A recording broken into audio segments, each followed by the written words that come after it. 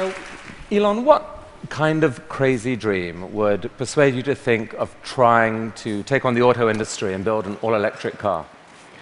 Well, it goes back to when I was in university. I thought about what are the problems that are most likely to affect the future of the world, or future of humanity. I think it's extremely important that we have sustainable transport and sustainable energy production. That sort of overall sustainable energy problem is the biggest problem that we have to solve this century. Independent of environmental concerns, in fact, even if producing CO2 is good for the environment, given that we're going to run out of hydrocarbons, we need to find some sustainable means of operating. But most of American electricity comes from burning fossil fuels. How can an electric car that plugs into that electricity help? Right. There's two elements to that answer. One is that even if you take the same source fuel and produce power at the power plant and use it to charge electric cars, you're still better off. So if you take, say, natural gas, which is the most prevalent hydrocarbon source fuel, if you burn that in a modern General Electric natural gas turbine, you'll get about 60% efficiency. If you put that same fuel in an internal combustion engine car, you get about 20% efficiency. And the reason is, in the stationary power plant, you can afford to have something that weighs a lot more, is voluminous, and you can take the waste heat and run a steam turbine to generate a secondary power source. So, in effect, even if you take in transmission losses into account and everything, even using the same source fuel, you're at least twice as better off charging an electric car than burning it at the power plant. Okay. That scale delivers efficiency. Yes, it does. And then the other point is we have to have sustainable means of power generation anyway, electricity generation. So given that we have to solve sustainable electricity generation, then it makes sense for us to have electric cars as the mode of transport. So we've got some video here of the Tesla being assembled, which if you could play that first video. So what is innovative about this process in this vehicle? Sure. So in order to accelerate the advent of electric transport, and I should say that I think actually all modes of transport will become fully electric, with the ironic exception of rockets. There's just no way around Newton's third law. The question is, how do you accelerate the advent of electric transport? And in order to do that for cars, you have to come up with a really energy-efficient car. So that means making it incredibly light. And so what you're seeing here is the only all-aluminum body and chassis car made in North America. In fact, we applied a lot of rocket design techniques to make the car light despite having a very large battery pack. And then it also has the lowest drag coefficient of any car of its size. So as a result, the energy usage is very low, and it has the most advanced battery pack, and that's what gives it the range that's competitive. So you can actually have on the order of a 250-mile range. I mean, those battery packs are incredibly heavy, but you think the math can still work out intelligently by combining light body, heavy battery, you can still gain spectacular efficiency. Exactly. The rest of the car has to be very light to offset the mass of the pack, and then you have to have a low drag coefficient so that you have good highway range. In fact, customers of the Model S are sort of competing with each other to try to get the highest possible range. I think somebody recently got 420 miles out of a single charge. Bruno Bowden, who's here, did that, broke the world record. 425. That was the good news. The bad news was to do it, he had to drive at 18 miles an hour constant speed and got pulled over by the cops. Yeah, I mean, you can certainly drive. If you drive at sort of 65 miles an hour under normal conditions, 250 miles is a reasonable number. Let's show that second video showing the Tesla in action on ice. Not at all a dig at the New York Times, this, by the way. What is the most surprising thing about the experience of driving the car? In creating an electric car, the responsiveness of the car is really incredible. So we want to really have people feel as though they've almost got a mind meld with the car. So you just feel like you and the car are kind of one. And as you corner and accelerate, it just happens, like the car has ESP. You can do that with an electric car because of its responsiveness. You can't do that with a gasoline car. I think that's really a profound difference, and people only experience that when they have a test drive. I mean, this is a beautiful but expensive car. Is there a roadmap where this becomes a mass market vehicle? Yeah, the goal of Tesla has always been to have a sort of a three-step process where version 1 was an expensive car in low volume, version 2 is sort of medium price and medium volume, and then version 3 would be low price, high volume. So we're at step 2 at this point. So we had a $100,000 sports car, which was the Roadster. Then we've got the Model S, which starts at around $50,000. And our third generation car, which will hopefully be out in about 3 or 4 years, will be a $30,000 car. But whenever you've got really new technology, it generally takes about 3 major versions in order to make it a compelling mass market product. And so I think we're making progress in that direction, and I feel confident that we'll get there. I mean, right now, if you've got a short commute, you drive, you can get back, you can charge at home. There isn't a huge nationwide network of charging stations now that are fast. Do you see that coming, really, truly, or just on a few key routes? There actually are far more charging stations than people realize. And at Tesla, we developed something called the supercharging technology. So, and we're offering that if you buy a Model S for free, forever. And so this is something that maybe a lot of people don't realize. We actually have California and Nevada covered. We've got the eastern seaboard from Boston to DC covered. By the end of this year, you'll be able to drive from LA to New York. You're just using the supercharger network, which charges at 5 times the rate of anything else. And the key thing is to have a ratio of drive to stop, to stop time of about 6 or 7. So if you drive for 3 hours, you want to stop for 20 or 30 minutes, because that's normally what people will stop for. So if you start a trip at 9 a.m., by noon, you want to stop to have a bite to eat, hit the restroom, coffee, and keep going. So your proposition to consumers is, for the full charge, it can take an hour. So it's common. Don't expect to be out of here in 10 minutes. Wait for an hour. But the good news is you're helping save the planet. And by the way, the electricity is free. No, you don't pay anything. Actually, what we're expecting is for people to stop for about 20 to 30 minutes, not for an hour. It's actually better to drive for about maybe 160, 170 miles, and then stop for half an hour, and then keep going. That's the natural cadence of a trip. All right. So this is only one string to your energy bow. You've been working on this solar company, SolarCity. What's unusual about that? Well, as I mentioned earlier, we have to have sustainable electricity production as well as consumption. So I'm quite confident that the primary means of power generation will be solar. I mean, it's really indirect fusion is what it is. We've got this giant fusion generator in the sky called the sun. And we just need to tap a little bit of that energy for purposes of human civilization. Most people know but don't realize they know is that the world is almost entirely solar-powered already. If the sun wasn't there, we'd be a frozen ice ball at 3 degrees Kelvin. And the sun powers the entire system of precipitation. The whole ecosystem is solar-powered. But in a gallon of gasoline, you have effectively thousands of years of sun power compressed into a small space. So it's hard to make the numbers work right now on solar and to remotely compete with, for example, natural gas, fracked natural gas. How are you going to build a business here? Well, I'm confident that solar will beat everything, hands down, including natural gas. How? It must, actually. If it doesn't, we're in deep trouble. But you're not selling solar panels to consumers. What are you doing? No, we actually are. You can buy a solar system, or you can lease a solar system. Most people choose to lease. And the thing about solar power is that it doesn't have any feedstock or operational costs. So once it's installed, it's just there. It works for decades. It'll work for probably a century. And this is so therefore the key thing to do is to get the cost of that initial installation low, and then get the cost of the financing low. So because that interest, those are the 2 factors that drive the cost of solar, and we've made huge progress in that direction. And that's why I'm confident we'll actually beat natural gas. So your current proposition to consumers is, don't pay so much up front. Let us pay 0 up front. We will install panels on your roof. Yes. You will then pay. How long is a typical lease? Typical leases are 20 years. But the value proposition is, as you're sort of alluding to, quite straightforward. It's no money down, and your utility bill decreases. So it's a pretty good deal. So that seems like a win for the consumer. No risk. You will pay less than you're paying now. And for you, the dream here then is that, who owns the electricity from those panels for the longer term? How do you, the company, benefit? Well, essentially,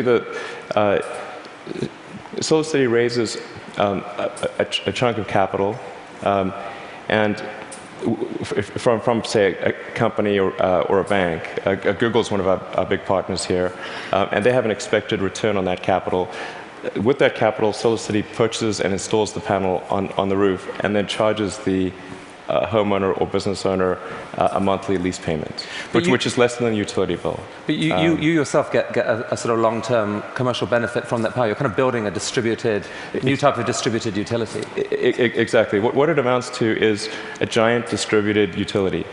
And I think it's a good thing, because utilities have been this monopoly and people haven't had any choice. So effectively, it's the first time there's been competition for this monopoly, because the utilities have been the only ones that own those power distribution lines, but now it's on your roof. So I think it's actually very empowering for homeowners and businesses. And you really picture a future where a majority of power in America, like within a decade or two, or within your lifetime, is solar? I'm extremely confident that solar will be at least a plurality of power, and most likely a majority. And I predict it will be a plurality in less than 20 years. I'd say I made that bet with someone. The definition of plurality is? More from solar than any other source. Who did you make the bet with?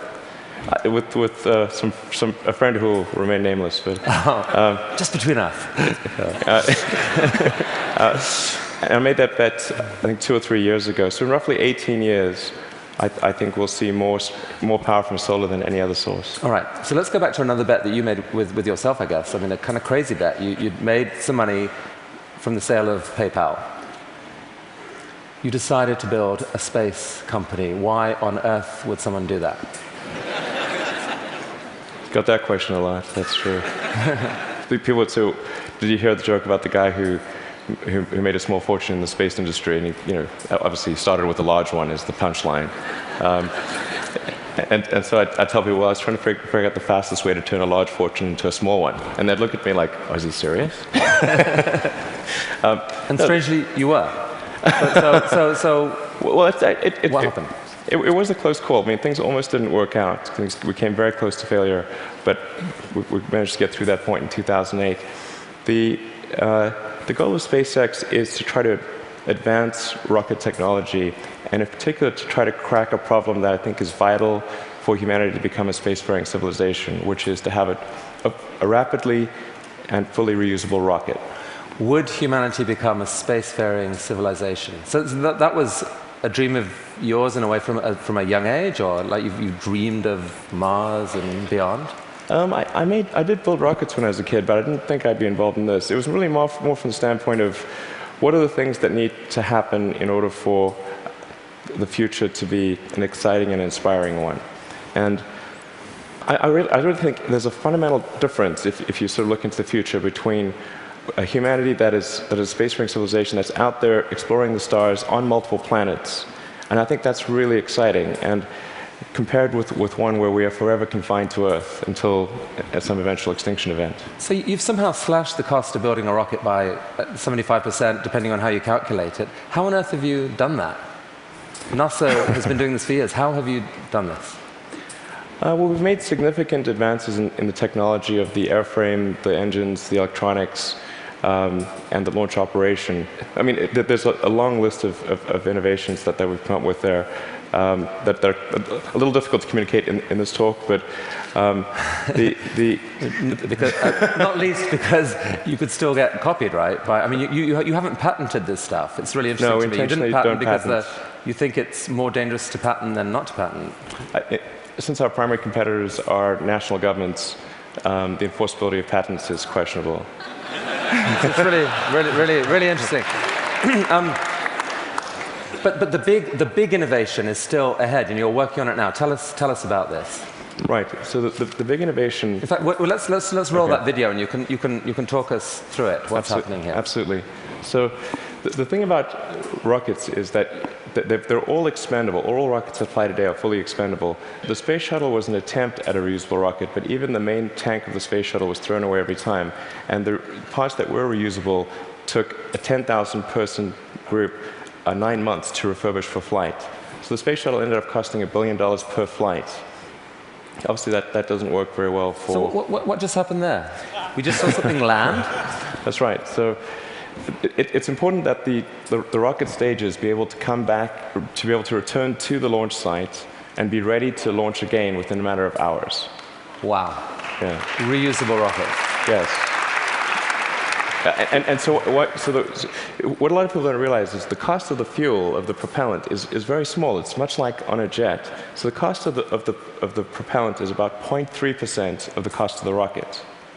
So it's possible to achieve, let's say, roughly 100-fold improvement in the cost of space flight if you can effectively reuse the rocket. Wow. That's why it's so important. Every mode of transport that we use, whether it's planes, trains, automobiles, bikes, horses, is reusable, but not rockets. So we must solve this problem in order to become a spacefaring civilization. You asked me the question earlier of how popular traveling on cruises would be if you had to burn your ship. Certain cruises apparently are highly problematic. Definitely more expensive. So that's potentially absolutely disruptive technology, and I guess paves the way for your dream to actually take, at some point, to take humanity to Mars at scale. Yeah, You'd like exactly. to see a colony on Mars.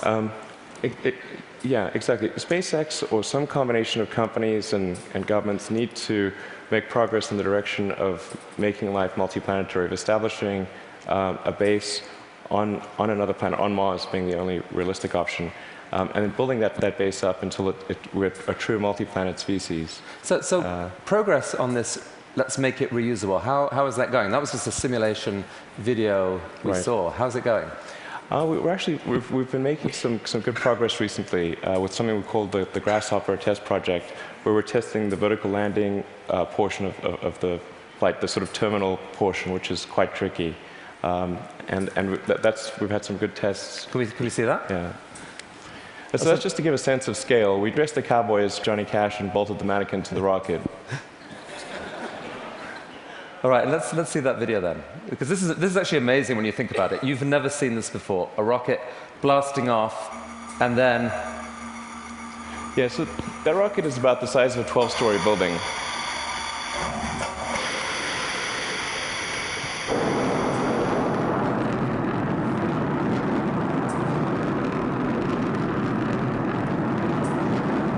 So now it's hovering at about 40 meters, and it's constantly adjusting the angle of the pitch and yaw of the main engine and maintaining roll with cold gas thrusters.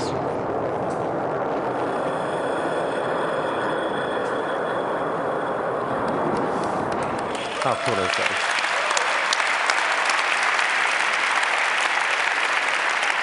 Elon,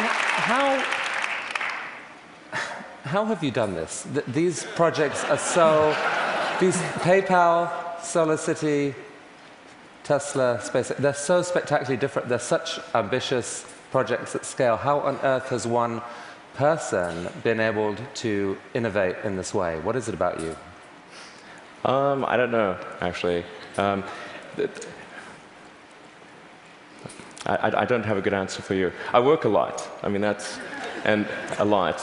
Well, I have a theory. I have a theory. All right.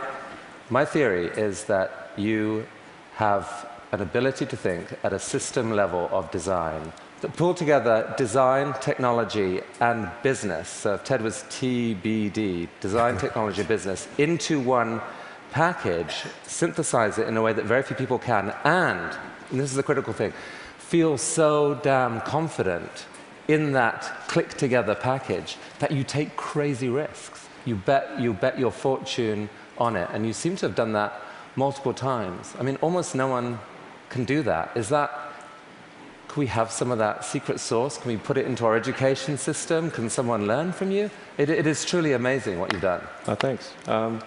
Thank you. Well, I do think there's a good framework for thinking is physics. You know, the sort of first principles reasoning. I mean, generally, I think there are. What I mean by that is boil things down to their fundamental truths and reason up from there, as opposed to reasoning by analogy. Through most of our life, we get through life by reasoning by analogy, which essentially means kind of copying what other people do with slight variations. And you have to do that, otherwise it's mentally you wouldn't be able to get through the day. But when you want to do something new, you have to apply the physics approach. Physics has really sort of figured out how to discover new things that are counterintuitive, like quantum mechanics. It's really counterintuitive. So I think that's an important thing to do. And then also to really pay attention to negative feedback and solicit it, particularly from friends. This may sound like sort of simple advice, but it's hardly anyone does that, and it's incredibly helpful. Boys and girls watching, study physics. Learn from this man. Elon Musk, I wish we had all day, but thank you so much for coming to TED. Thank you. That was awesome. It was really, really cool. Look at that. Just think about it. That was fantastic. Thank you so much. Thank you.